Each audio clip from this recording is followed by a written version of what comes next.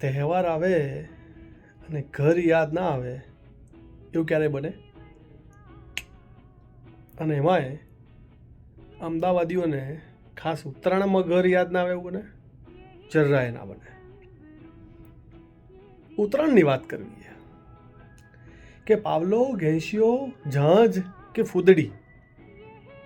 તમે ઉત્તરાયણમાં જો અમદાવાદમાં અથવા બાળપણમાં પતંગો ક્યાંક દોડીને પકડીને ચગાયા હોય ને તો આ બધા જ પતંગના પ્રકાર તમને યાદ હશે.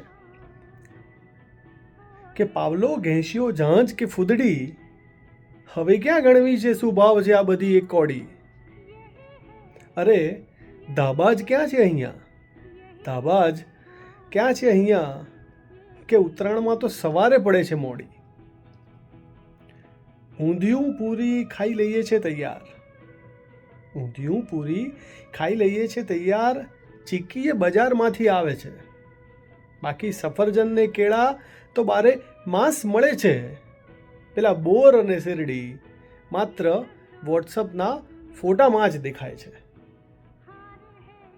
બે ઘડીક મને પણ થયું કે લઈને આવું પતંગને દોરી હુંય પણ અહીંયા.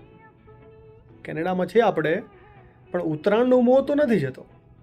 તો બે ઘડી થયું કે લઈ આવું પતંગ કે દોરી હું પણ અહીંયા, પણ એ ધાબુ ક્યાંથી લાવીશ?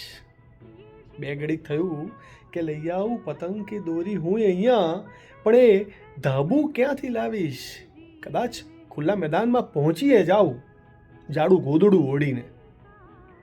કદાચ ખુલ્લા મેદાનમાં પહોંચીએ જાઉં આ જાડું ગોદડું ઓઢીને, પણ લપેટ લપેટની બૂમ પાડવા વાળા એ દોસ્તારો ક્યાંથી લાવીશ? ભાઈ, એ દોસ્તારો ક્યાંથી લાવીશ?